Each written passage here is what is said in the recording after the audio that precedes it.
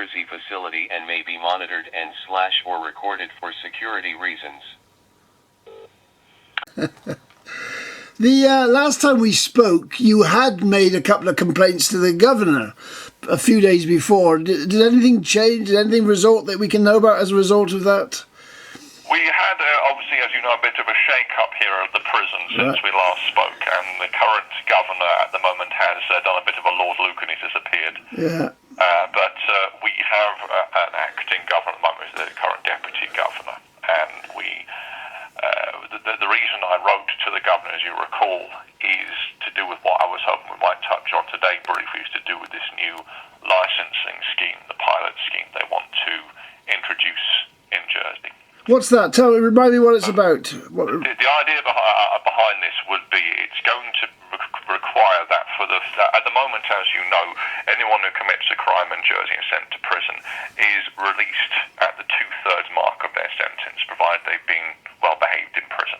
In practice, it's very difficult to get this change. You're usually automatically released at the 2/3 mark, at which point you are free to go. Now, they want to change the law at the moment, so the ministers have actually given their backing to a pilot scheme to do this, in theory, which will allow the government to require offenders to spend the final third of their sentence under the supervision of the probation services and other services like the police. That would mean they stay here in Jersey. Now, in theory, this is a way to reduce reoffending. The UK has such a scheme in place, and they have a very slightly lower reoffending rate than we do. It's about 1 or 2%. In practice, I think this will be a logistical nightmare. The main reason for this really is we're obviously going to see more people ending up in prison because of the fact that certain people will breach their license conditions. The prison governor, I should say the former prison governor, Mr. Cameron, said he thought that would be about 10%. So we see about 8 or 10 more prisoners every year. The other flip side is, of course, there are also prisoners like me who aren't originally from Jersey who will have to stay in the island who otherwise would have left. So paradoxically, we're going to see more criminals on the street, and also we're going to see more criminals in the prisons. And it's a big cause. So I wrote to the governor about this, the Home Affairs Minister. I said, well, can we please get some clarification on this? If, for example, someone wants to leave and serve the final third of their sentence elsewhere, will they be allowed to? Will this apply retrospectively to people who've already been sentenced? Will this apply to first-time offenders or only to repeat offenders, since it's designed to address reoffending? All they've really told me is this is a work in progress and no one knows anything definite for the time being. So nothing's changed? It seems not much has changed, really. I mean, of course, in fairness, this pilot scheme was planned before the coronavirus hit, so it may be the case that the necessary legal changes haven't been made. They don't go ahead and do this. I mean, all I would say is that we have a relatively high prison population in Jersey when you look at other countries. Right. And I think that if anyone were listening to this and were thinking, well, what's so wrong with people being supervised if they've committed crimes? Surely this will keep people safe. I think we should look to the example of countries like Germany and the Netherlands. I mean, Germany, for example, has a prison population of 49 people per 100,000. Right. And we're over twice that, well over twice that in Jersey. Right. And I think the reason for that is because they do more with people when they actually enter the justice system and while they're in prison. For example, they use suspended prison sentences, unlike over in Jersey. So if you get to 2 years or less, automatically that's suspended. So in other words, if you're a good behaviour, you won't go to prison at all if you're convicted of a crime and it's not a particularly serious one. They also do more things in terms of education and providing psychology for prisoners. I think that's what really makes a difference. Of course, COVID's a great excuse for government departments to do nothing on things, but obviously they could still be planning for this, couldn't they? Doesn't have to implement it. Absolutely. There's a lot of... It ties into one of those things, and I think the government are famous for this wherever you go. It sounds like a good idea in theory, Yeah. and of course we take into account the fact that doing things, for example, like giving prisoners a chance to get a better education and a degree in prison, it doesn't give us that same sense of satisfaction to see justice done. But that's not the issue here, really. I mean, of course, people should be punished if they've harmed others. This is about preventing future harm. This is the idea behind this scheme, is to stop people from being harmed by crime in future.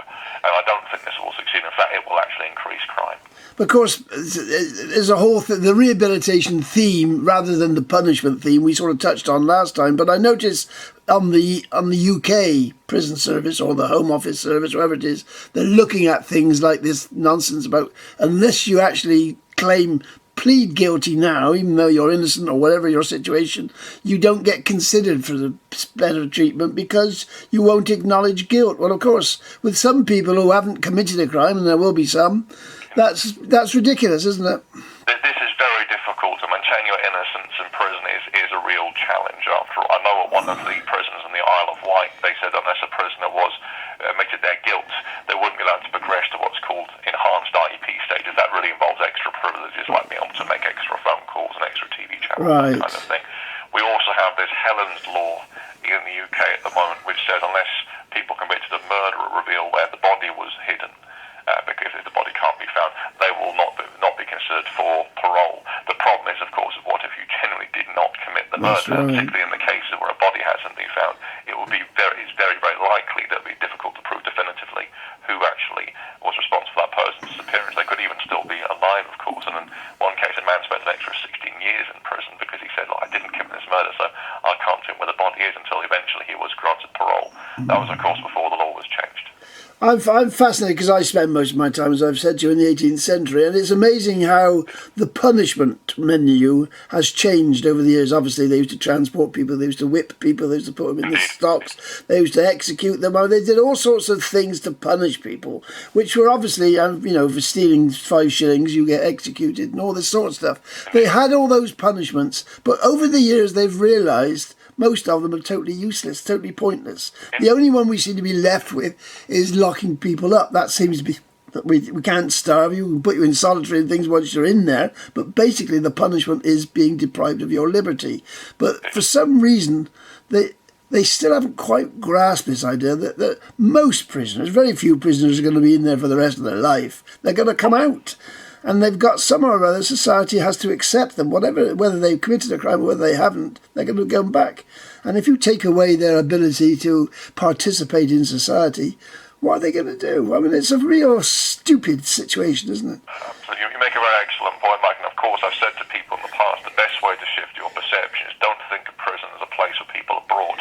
Think of prison as a place that release criminals on a regular basis. That's the best way to look, is every single week of every single year, prisons are releasing people back into society. And the question, of course, is what have we done with them while they've been locked up to make sure they don't reoffend? We know other countries have had better success with people, and part of it is about giving them a little bit more autonomy. You look at the Netherlands, for example, where prisoners are free to wear their own clothes, they're allowed more personal effects, they prepare their own food.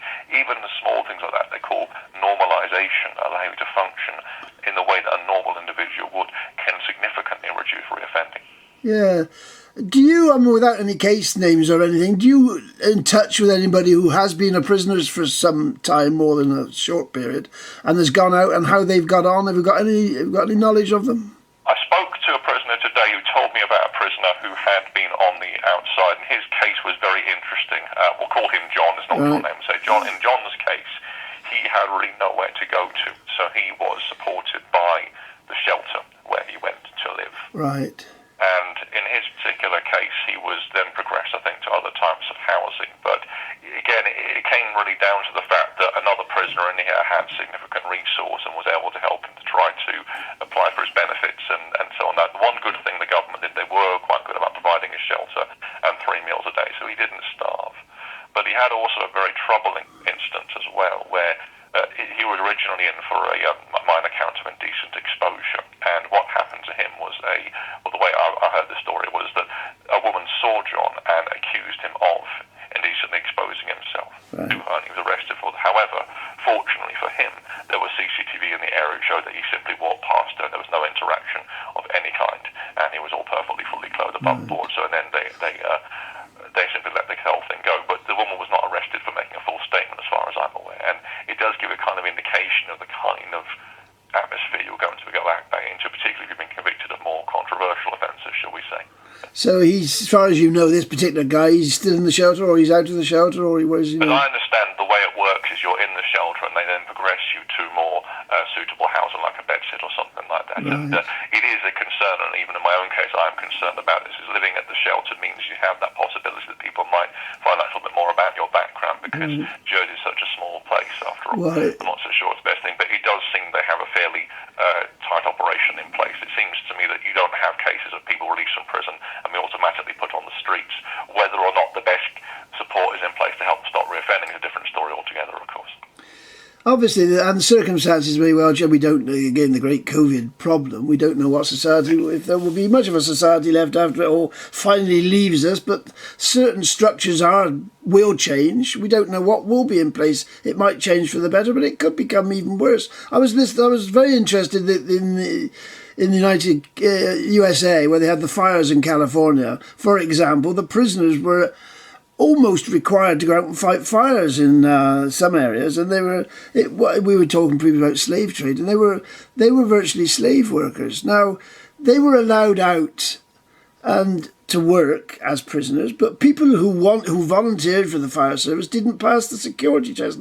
They had no convictions at all, and they got the feeling perhaps it was just cheap labour. So if that became institutionalised, if that became the norm to employ prisoners, or maybe some would be ex-prisoners as cheap labour, it's a bit worrying, wouldn't it?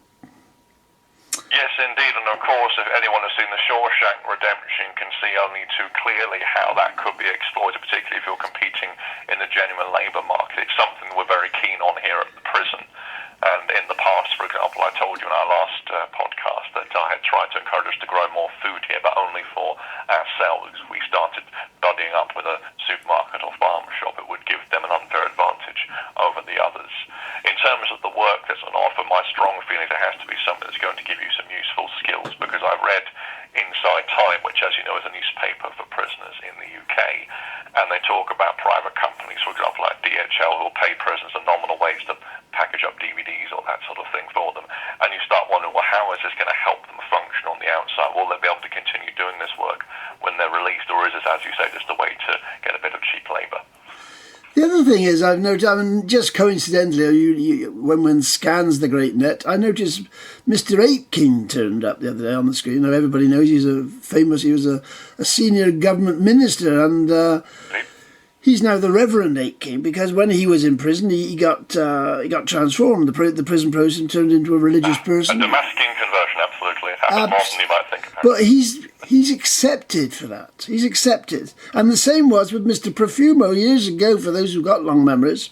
I remember Mr. Profumo affair, absolutely, indeed. And he was a war minister, but of course, when he, I don't think he went to jail, but I can't remember what happened to him. But he was made a youth worker. So obviously, if you're in government and you go to prison, the society is much more open to receiving you back again. But we are forgiving that, and of course, there's no one appreciates the story of a reformed sinner more than when they're in prison. Of course, that's the idea behind it. But it does seem there's a certain double standard in place now. Absolutely. I think it depends on the type of crime. That's Someone's right. supposed to have committed that. If you had status, you're accepted. Your status is untarnished. But if you're an ordinary guy or girl, when you come out, well, it's not so much fun, is it? That's something to bear in mind. I would imagine, because of the nature of the offences that women generally commit, I would imagine they have an easier ride when they get out. I would imagine it's easier to find a job, easier to find. You would imagine so. Something I do find curious about the prison is women almost universally apply and are granted early release. This is only given if they consider the person to be low risk. But the funny thing for me is that even women convicted of actual violent offences against others are also automatically released. Whereas you look at other wings, for example, particularly where you have men convicted of sexual offences, it almost never happens. Right. Obviously, there's not total circulation within the prison. You don't meet everybody that is in there. But do you hear much stories from the wings? What people think? It's like, for example, what I'm worried, and they're talking about now, mental health is an issue outside. A lot of people, because of COVID. Now, prison, that is the norm for prison. People are locked up. Now, the encouragement to have a mental health problem whilst being locked up, it must be very great any time, but under COVID, because they've restricted you, it must be doubly so.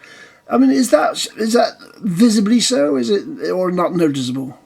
It can be a great challenge, of course, being locked up at the best of times, particularly under COVID. We suppose we should feel relatively blessed as compared to the UK. The regime has not been as strict, and in the past couple of days it has been loosened. For example, my own wing, they're only allowing half of the prisoners on one floor, prison on one floor at a time, and prison on the floor at another time.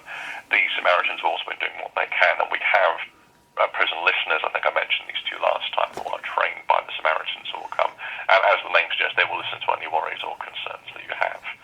It would be lovely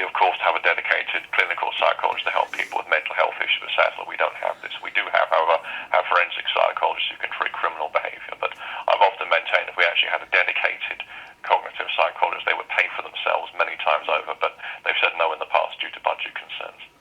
The outside agencies, people like probation officers and whatever they were, how many of them are on the sort of the visitor list? How many come in to regularly visit prisoners? Do they? I understand it's not done necessarily particularly frequently. We have every 6 months, prisoners will have a sentence management meeting with some of the prison staff. They talk about what you've accomplished in prison, what your goals are when you get out, and your probation officer can be present at this.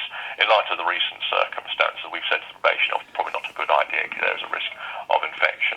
We also have all our probation officers on speed dial as well if we feel particularly strong urge to speak to them. Do you know? Obviously, you can't speak for prisoners, all of them. They're all different people. They've all got different issues.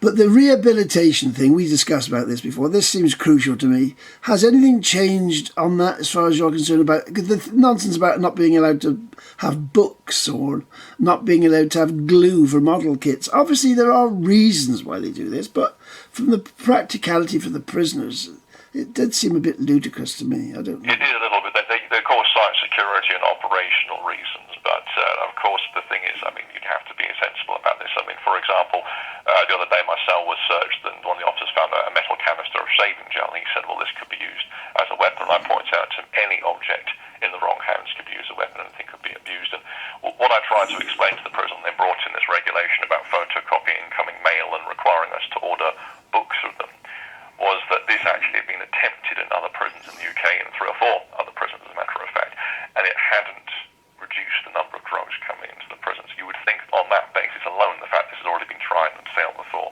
that would be a good enough reason.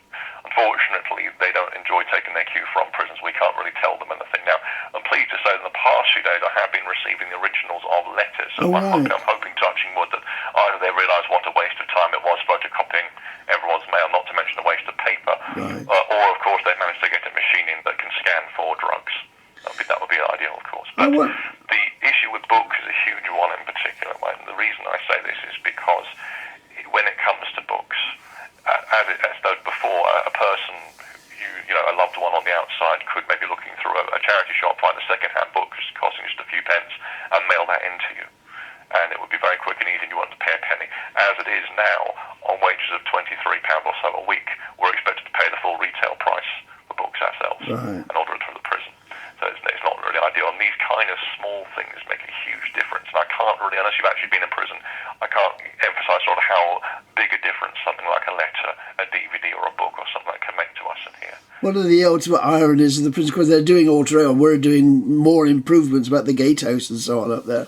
But it seems as though, it seems to me that when they get an arch criminal abroad who embezzles billions and hides them away in Jersey, that's when they've got funds. In other words, they rely on criminals somewhere on the other side of the world to pay for the prison alteration. Yes, indeed, and I saw that with the gatehouse. That's going to be paid for by the proceeds of crime. And you do wonder in terms of that. We've said before that, I said earlier, some of the money they put down up front would actually come back many times over. For example, like I said, having an actual psychologist to help treat mental health problems, better support in place people with substance abuse problems, just to strike at those root causes of why people commit crimes. I think we would save millions in the long term, but of course we're all very short-sighted with that. And it does seem odd that we got, I can't remember how much this gate lodge was going to cost, but I think the cost ran into the millions, and I was thinking we just took, say, 100,000 of that and paid a really decent psychiatrist to be here for a year. That's exactly. You see the reoffending rate come right down. That would be. You see, it's not in the psyche, is it? The system wants to punish. They got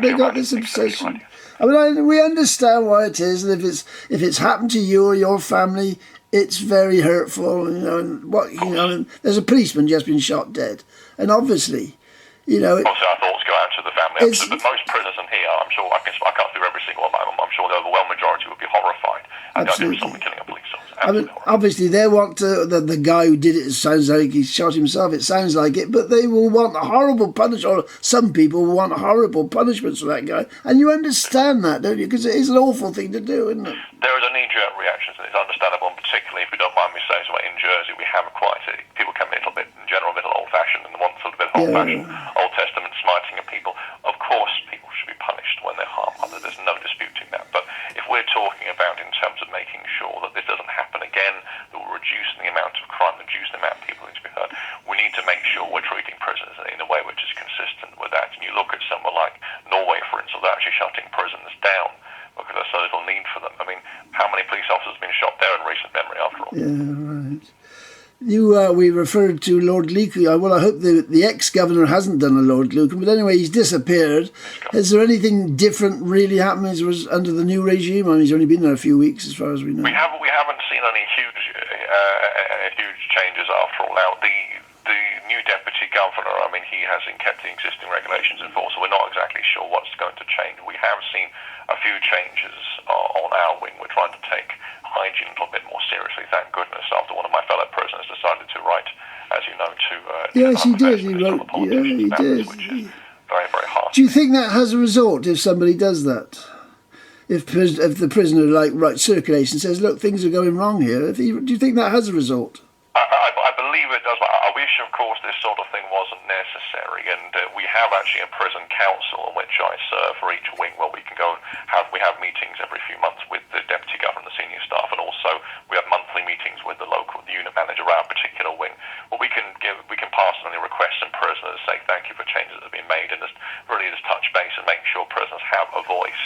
However, in practice, it actually proven to be much more successful when people will simply, on the outside, will put some kind of press or politician scrutiny on the prison, which is a bit of a shame, in my opinion. We should be able to do the right thing for our own sake. I mean, obviously, again, it's the consultation thing. You've got prisoners in there who could be consulted with. They have got knowledge about what they're running, but there are also ex-prisoners in the community who could also be consulted. I mean, the arrogance of the system, unfortunately, the politicians, they won't speak to people. Indeed, and I discussed this with a family member the other day. There's a rather paternalistic attitude, sort of father knows best attitude about exactly. This. It's prevalent across the entire government of Jersey, not just in the prison service, of course. And you do want to maybe do a little bit of listening, talk to people actually being affected by this and what actually is going to work. And there have been times when the prison has done U-turns as a result of things that we warned them about. And we said, look, it's really not going to work. And a case in point I mentioned to you last time is that they were saying to us at one stage is that one of the great incentives for people to behave is if you are good behaviour and progress to the enhanced status here at the prison, you will put on the waiting list for a cell to yourself. Now, being in prison is bad enough. Having to share a very small room with a complete stranger for 23 hours a day is no one's idea of a good time, of course. So people do behave as a result of that. But a few months ago, I was told that this was going to change, right. And in future, people who were considered high risk, in other words, at risk of harming themselves or harming others, would be put to the top of the list. And I tried to explain to the prison management, I said, well, if you tell a group of criminals that are behaving badly, they'll receive a reward, what do you think is going to happen after all? And fortunately, so far, they haven't employed this power very much, and they've been giving people single cells who actually deserve them, which I think is a very good thing. Why the previous governor left or whatever is still a bit of a mystery out here. Is it any less a mystery in the prison? Is it common? All I can really say is what's been in the JP, and of course the original dispute was, of course, Mr. Cameron was requesting PPE, personal protective equipment, right. for prisoners from the government, pointing out that if one of us did get the coronavirus and were to sue, the liability could run into the millions, so therefore right. a little bit short-sighted to say that the government couldn't afford the proper masks for us. Instead, the government insists that we make our own cloth masks, which there's not really a lot of evidence this actually prevents, right. There is some evidence suggesting it might prevent transmission of coronavirus, but not as much that we would actually be protected from it. But I think also Mr. Cameron, I can't speak for him obviously, but my impression was he was quite progressive. He did start up a self-care unit here at the prison. The idea being for the last few months of your sentence, you would be able to cook your own food and live in more open conditions and progress. And I think he also had plans to start a couple of halfway houses just outside the prison, so again, people could live in a more sort of relaxed regime before being released into society. And I think his general attitude was, we do need to support prisoners better rather than give them a handshake at the gate at the end of the sentence and wish them good luck. He said that himself, But he himself admitted last year in the JP that over 52%, I think it was, of the prison population here at the Moye had been here before. So obviously changes needed to be made. Well, of course, you're in detention, and of course, a lot of children were in detention.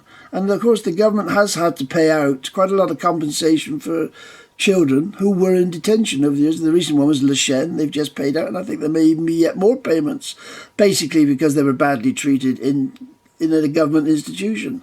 So the threat of prisoners actually suing the authorities for their treatment, for whatever, in jail is a real one, isn't it?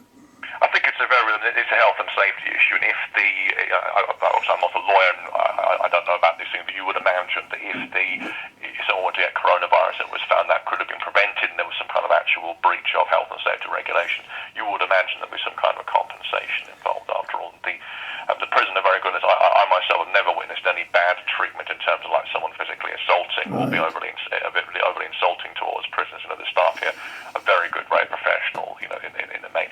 The issue here, of course, is to do with that liability.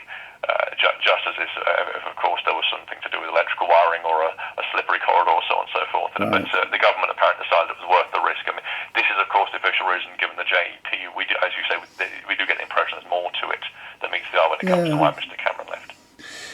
I had a brilliant question to ask you then. Yes, it was about yourself, because if you had more flexibility in there, would there be anything that you'd want to study or a skill you'd want to learn? Is there something you personally would to improve your situation?